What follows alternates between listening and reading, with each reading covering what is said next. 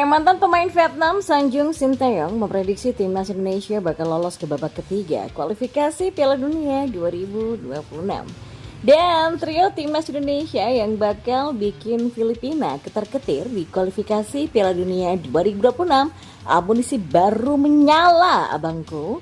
Yang terakhir, pamer makan di restoran Indonesia. Apakah pertanda Ole Romeni siap perkuat timnas Indonesia? Simak selengkapnya di sini hanya di Kampus Bola bersama saya untuk Anda.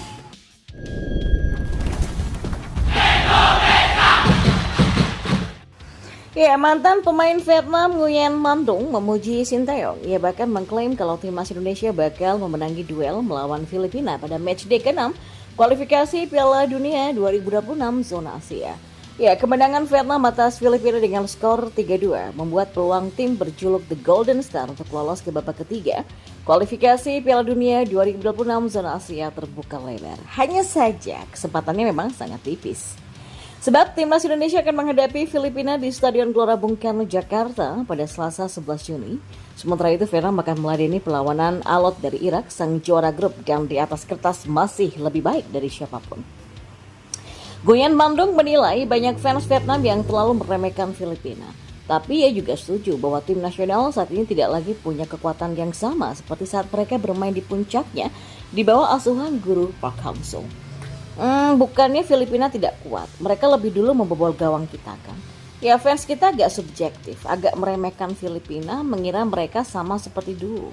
Apakah kekuatan mereka di lapangan buruk? Mereka juga bermain fair. Bagi kami adil. Hanya saja saat bermain tandang kami bermain bertahan dan melakukan serangan balik, kata Man Dung dikutip dari Sohadat Vien. Selain itu di grup F, timnas Indonesia berada di peringkat kedua dengan 7 poin, tepat di atas Vietnam dengan 6 poin. Jika Vietnam menang melawan Irak dan Indonesia imbang atau kalah melawan Filipina, maka Vietnam akan lolos. Namun mengalahkan Irak bukan perkara yang mudah. Kami akan tetap bermain bertahan lalu menyerang balik, tapi apa yang kami butuhkan di lapangan Irak. Dari cara bermain sampai orang-orangnya kami akan kembali seperti ketika pelatih Park Hang-seo berada, kata Man Dung lagi. Hasil imbang juga mungkin terjadi kalau kita bertahan sampai mati. Mengenai peluang melawan Irak dengan banyak faktor lainnya, kami dengan mudah berada dalam posisi yang tidak menguntungkan. Man Dung kemudian melontarkan pujian terhadap Sinteyong. Ia yakin juru taktik Korea Selatan itu bisa membuat timnas Indonesia menang 2-0 melawan Filipina nanti. Sedangkan untuk Indonesia, pelatih Sinteyong memahami kalau sepak bola Asia dengan baik sehingga memilih pemain naturalisasi yang cocok untuk bisa bermain. Dan kalau Indonesia melawan Filipina, keuntungannya ada pada tim tuan rumah. Kalau mengenai skor kalau tim Vietnam kami bermain di markas Irak, kemungkinan besar kami akan kalah 1-2 atau 1-3. Dan Indonesia mungkin akan mengalahkan Filipina dengan skor 2-0, ujarnya. Sementara itu timnas Indonesia pun juga sudah melupakan kekalahan dari Irak dan kini pun siap menjadikan Filipina sebagai target penyaluran pelampiasan kekecewaan. Tak ada alasan Asnawi Bangku Alam dan kawan-kawan harus bisa memenangkan duel yang rencananya akan mentas di Stadion Taman Gelora Bung Karno, Jakarta pada 11 Juni 2024. Kesalahan 2 gol tanpa balas dari Irak beberapa waktu membuat langkah pasukan Sinteyong ke babak ketiga kualifikasi Piala Dunia 2026 zona Asia semakin terjal. Jika saja bisa mengalahkan Irak, timnas Indonesia yang kini berada di posisi kedua grup F dengan torehan 7 poin, memastikan diri ke babak ketiga. Dan kini tim Garuda harus kembali kerja ekstra keras guna meraup tambahan 3 angka dari Filipina.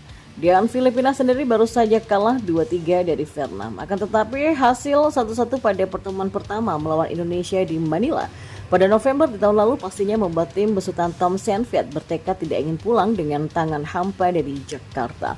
Sinteyong sadar betul tidak mudah bagi Indonesia untuk mengalahkan Filipina. Toh begitu, juru taktik berKTP Korea Selatan tersebut memberikan sinyal positif kalau anak-anak asuhnya siap bertarung habis-habisan guna mengincar kemenangan. Melawan Filipina juga sulit, jadi semua pemain harus bekerja keras, kata Sinteyong. Jelang laga hidup mati, kekuatan Indonesia bertambah dengan bergabungnya 2 pilar utama, yakni Jay Itzes serta pemain naturalisasi kloter terakhir, yakni Kelvin Verdong. Tak bermaksud memandang enteng di Alskal, julukan Filipina, tapi ditilik dari materi pemain tuan rumah jauh lebih mengkilap di semua lini. Berjubelnya pemain naturalisasi membuat Sinteyong lebih punya banyak opsi. Dan inilah 3 monster timnas Indonesia yang pastinya membuat kubu Filipina jadi ketar-ketir. Yang pertama ada Kelvin Verdong. Ya, plong rasanya ya. Kelvin Verdong akhirnya resmi menjadi warga negara Indonesia dan status ini sekaligus mengantarkannya ke dalam skuad timnas Indonesia besutannya Sinteyong, dan melawan Filipina. Kelvin Verdong dipastikan sudah bisa diturunkan dan ini merupakan debutnya bersama timnas.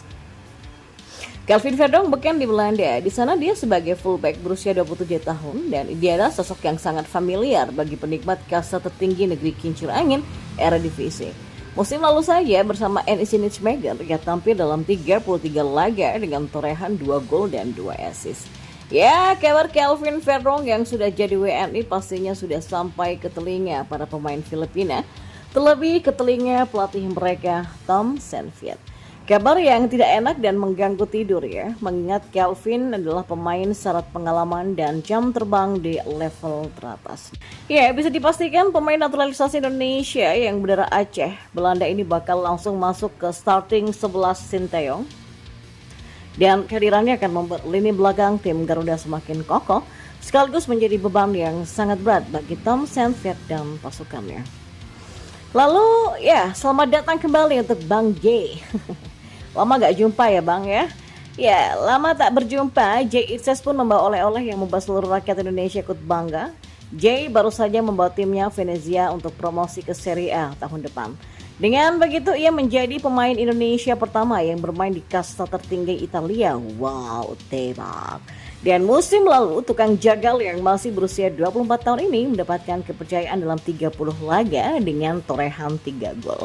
Dan ketika bentrok kontra Irak, J Itses terpaksa absen karena masih harus berjibaku bersama Venezia. Ya, seperti Kelvin Verdong, J juga dipastikan masuk starting 11. Bayangkan saja, 2 bek berkelas Eropa berdiri di lini belakang tim Garuda. Sangat betul ya. Kehadiran J Itses memaksa pelatih Filipina Tom Saintfiet harus putar otak.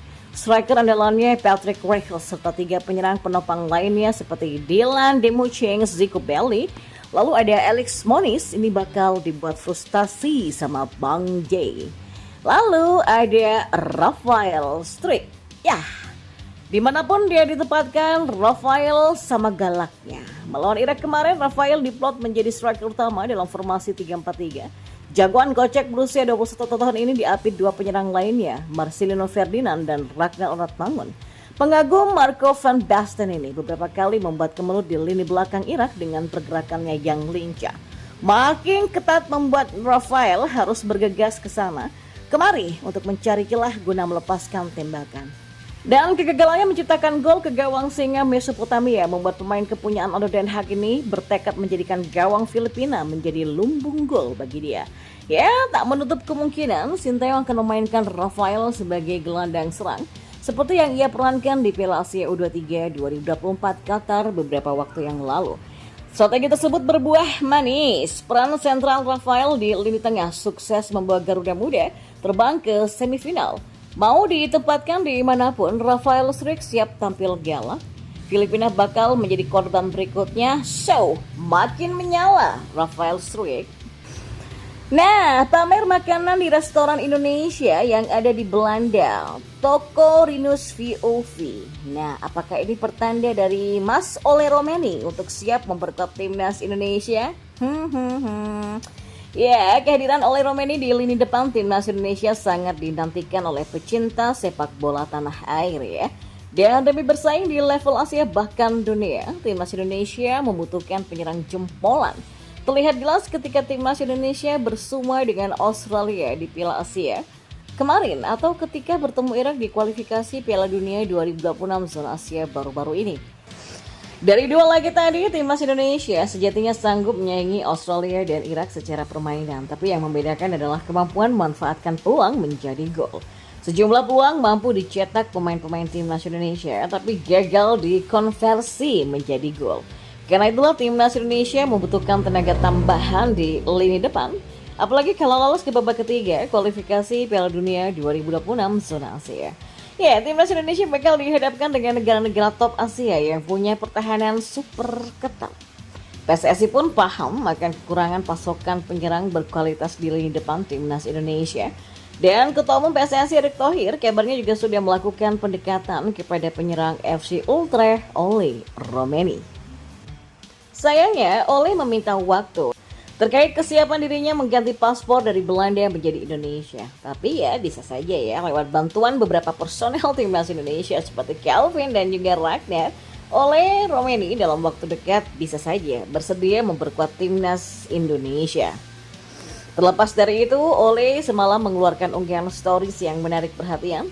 Ia mengambil foto sedang berada di toko Rinus VOV yang berada di Nijmegen, Belanda. Toko ini memang dimiliki oleh orang Belanda, tapi makanan yang disajikan adalah makanan khas Indonesia. Dan mengutip dari website toko Rinus, rendang merupakan makanan terlaris yang ada di sana. So, apakah ini memang tanda-tanda dari Ole yang siap memperkuat timnas Indonesia? Menarik untuk dinantikan kelanjutannya.